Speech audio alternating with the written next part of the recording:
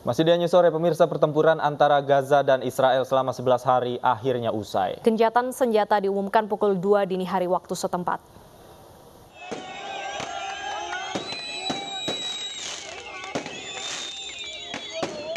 Kebahagiaan terlihat jelas di jalanan jalur Gaza. Warga berbaur, bernyanyi, dan menyalakan kembang api. Warga senang karena gencatan senjata Israel dan Palestina sudah berlaku sejak Jumat pukul 2 dini hari. Artinya, 11 hari pertempuran kedua pihak berakhir. Gencatan senjata diusulkan oleh Mesir dan berlaku mutual dan tanpa syarat. I welcome the ceasefire between Gaza and Israel after 11 days of deadly hostilities. I extend my deepest condolences to the victims of the violence and their loved ones. I commend Egypt and Qatar for the efforts carried out in close coordination with the UN to help restore calm to Gaza and Israel.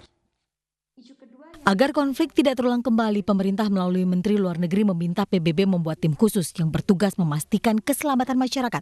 Saya sampaikan untuk mengawasi dan memastikan keselamatan rakyat di wilayah pendudukan dan untuk melindungi status kompleks Al-Haram Al-Syarif, tempat suci tiga agama.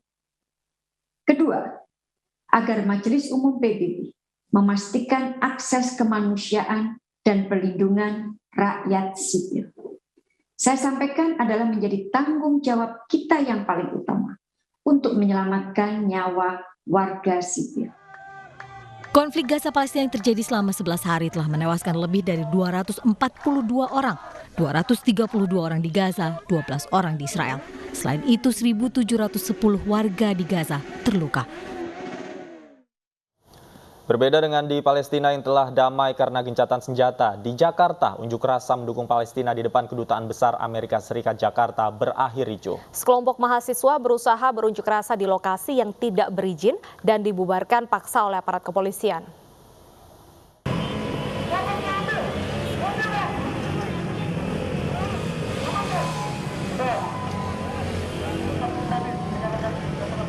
Kericuhan terjadi di tengah aksi demo bela Palestina di samping kantor Kedutaan Besar Amerika Serikat Jakarta.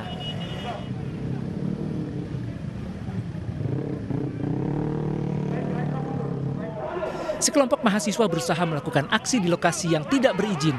Akibatnya dibubarkan paksa oleh aparat kepolisian. Kericuhan antara polisi dan pendemo mulai terjadi saat aparat berupaya membubarkan aksi bela Palestina di depan Kedubes Amerika Serikat. Sejumlah polisi tampak naik ke mobil orator dan berupaya merebut mic serta pengeras suara milik pendemo. Seorang pendemo aksi bela Palestina ditangkap polisi. Sebelumnya, usai sholat Jumat siang tadi, Kedutaan Besar Amerika Serikat di Jalan Medan Merdeka Selatan, Jakarta Pusat terus dipadati pengunjuk rasa. Berbagai unsur dan komunitas tergabung menyuarakan aksi mengutuk kekejaman dan tindakan brutal Israel kepada warga Palestina di Gaza yang menyasar warga sipil, anak-anak, rumah warga, serta fasilitas kesehatan. Assalamualaikum warahmatullahi wabarakatuh. Peserta aksi juga mengecam sikap pemerintah Amerika Serikat dan menuntut mereka ikut bertanggung jawab atas kekejaman Israel. Mereka juga mendorong pemerintah Indonesia tegas untuk mendukung kemerdekaan Palestina. Dan pemirsa, untuk mengetahui kondisi terkini terkait dengan unjuk rasa bela Palestina, langsung saja kita bergabung dengan Angelica Evagam di depan Kedubes Amerika Serikat. Angel, sebentar lagi batas waktu unjuk rasa berakhir, bagaimana? Apakah massa sudah mulai membubarkan diri? Ya, Deta dan Davi tadi sembari melantunkan lagu Indonesia Raya dan juga mengibarkan bendera merah putih dan juga bendera Palestina serta mengumandangkan takbir. Ratusan massa dari berbagai kelompok massa yang melakukan aksi solidaritas bela Palestina mengakhiri aksi unjuk rasa solidaritas bela Palestina pada hari ini. Dan baru saja satu persatu ataupun sekelompok massa ini mulai meninggalkan Jalan Medan Merdeka Selatan yang menjadi lokasi dari aksi solidaritas bela Palestina, tepatnya juga di depan Kedutaan Besar Amerika Serikat. Dan perginya atau beranjaknya para massa ini pun juga diiringi dengan pasukan BRIMOB dan juga pasukan TNI yang terus serta mengantar para aksi massa ini atau para aksi demonstran unjuk rasa ini meninggalkan lokasi aksi unjuk rasa yang dalam aspirasinya mereka meminta agar menyelamatkan Palestina dari serangan militer Israel dan juga menyelamatkan Masjid Al-Aqsa untuk Palestina. Dan sampai dengan berakhirnya aksi unjuk rasa pada sore hari ini, sebelum pukul 17 waktu Indonesia Barat, aksi ini berjalan dengan tertib dan damai. Namun demikian tadi juga sempat ada sekelompok mahasiswa yang melakukan kericuhan karena ingin melakukan atau menyuarakan aspirasi mereka di luar lokasi yang telah ditentukan aparat kepolisian, sehingga tadi mereka sempat melakukan negosiasi dengan pihak polisi untuk melakukan menyuarakan aspirasinya di situ, yaitu di Jalan Medan Merdeka Timur. Namun pihak kepolisian mengambil langkah tegas untuk memukul mundur massa aksi tersebut, sehingga ada 20 mahasiswa yang diamankan ke kepolisian terdekat ataupun ke Polda Metro Jaya. Dan sampai dengan sejauh ini karena masa baru saja berakhir atau selesai melakukan aksinya, Medan Merdeka Selatan yang tadinya ditutup kini sudah dapat dilalui oleh masyarakat yang ingin melakukan aktivitasnya. Sementara itu penutupan pada saat ini terjadi di Jalan Medan Merdeka Timur sebelum Stasiun Gambir karena memang sedang dilalui oleh aparat baik TNI Polri yang menggiring massa keluar dari lokasi aksi unjuk rasa pada siang hingga sore hari ini.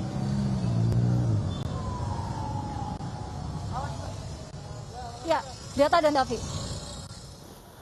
Baik, Angel, kami melihat aparat keamanan sudah mulai menyisir massa di sana. Apakah memang konsentrasi massa hanya terjadi di satu titik saja, ataukah ada konsentrasi massa yang lain di sekitar Kedutaan Besar Amerika Serikat yang Anda lihat?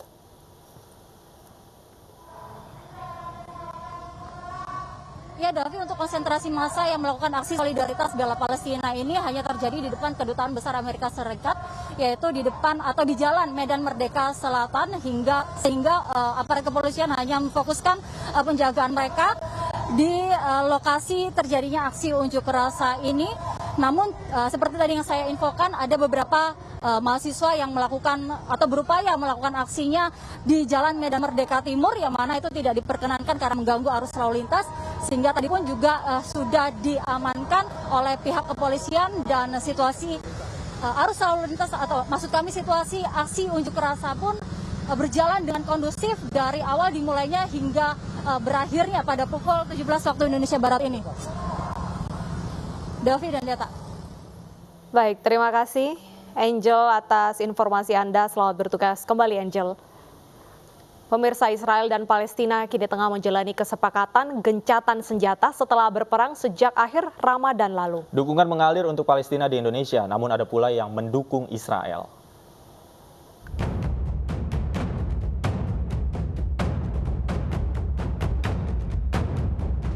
Konflik Israel dan Palestina telah memasuki fase gencatan senjata. 200 orang lebih dari pihak Palestina tewas dibombardir Israel. Sementara dari pihak Israel dilaporkan 12 warganya tewas akibat serangan roket Hamas. Unjuk rasa mengecam kekejaman Israel pun merebak di mana-mana, termasuk di Indonesia. Kedutaan Besar Amerika Serikat di Jakarta berkali-kali digeruduk pengunjuk rasa karena Amerika adalah sekutu utama Israel.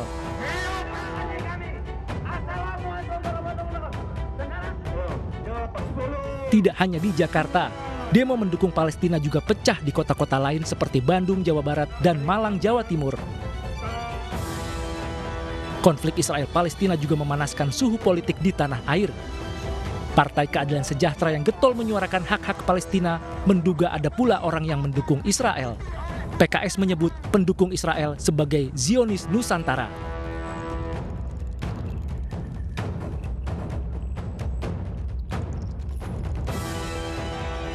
Namun ungkapan politikus PKS ini menuai kritik dari politikus lain. Partai Kebangkitan Bangsa meminta PKS tidak asal tuduh karena ada oknum-oknum tertentu yang mengambil keuntungan dari konflik ini. Tim Liputan iNews melaporkan. Konflik Israel-Palestina turut menghangatkan suhu politik tanah air setelah PKS menyebut pendukung Israel sebagai Zionis Nusantara. Ungkapan tersebut menuai kritik dari politisi lain. Siapakah yang dimaksud Zionis Nusantara? Kami akan bahas bersama Ketua DPP PKS Mardani Alisera dan Wakil Ketua Umum PKB Jazilul Fawait. Selamat sore Bang Mardani dan Pak Jazilul. Assalamualaikum.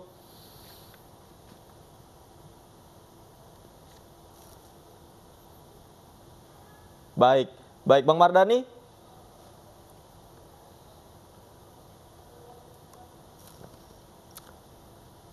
Baik, kita akan kembali menghubungi Pak Mardhani dan juga Pak Jazilul untuk mengetahui terkait dengan labeling ataupun juga ungkapan Zionis Nusantara ini juga menimbulkan banyak pro dan kontra, tidak hanya dari PKS sendiri tapi juga partai-partai lainnya juga berkomentar. Ya.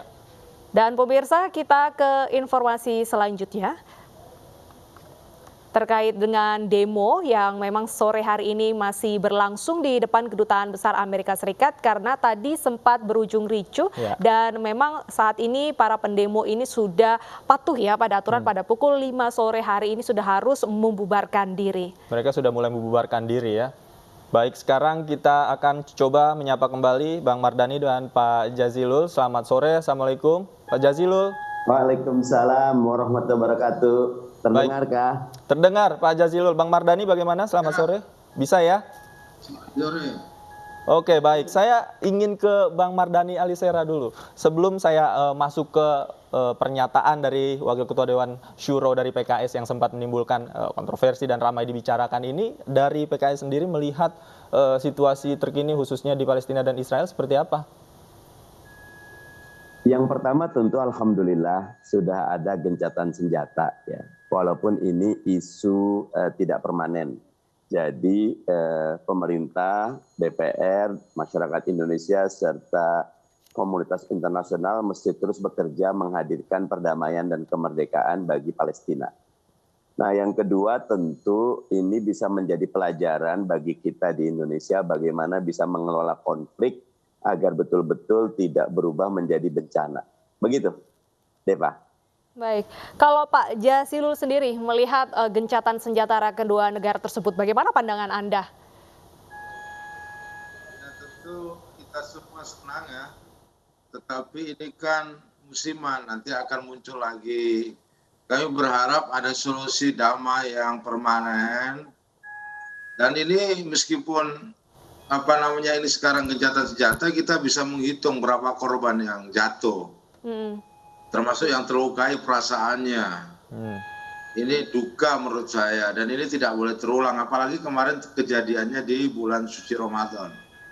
Nah, tetapi kita tetap syukuri dan mudah-mudahan gencatan senjata ini akan juga ditindaklanjuti dengan kesepakatan damai yang di bumi Palestina kemudian tidak akan terjadi lagi darah tertumpah, peluru ditembakkan, dan tidak ada lagi agresi. Baik.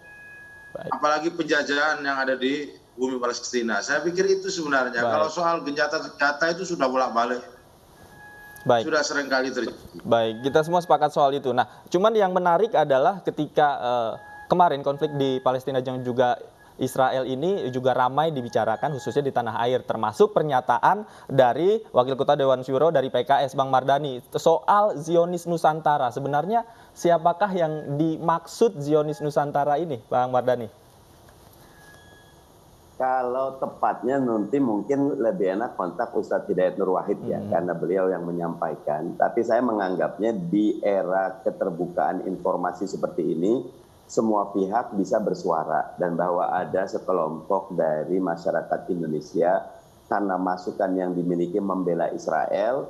Nah, itu mungkin yang menjadi pertanyaan ketika dengan sikap Zionisnya, sikap penjajahannya, sikap zalimnya masih ada yang membela atau bahkan menyamakan bahwa kedua belah pihak Palestina dan Israel salah.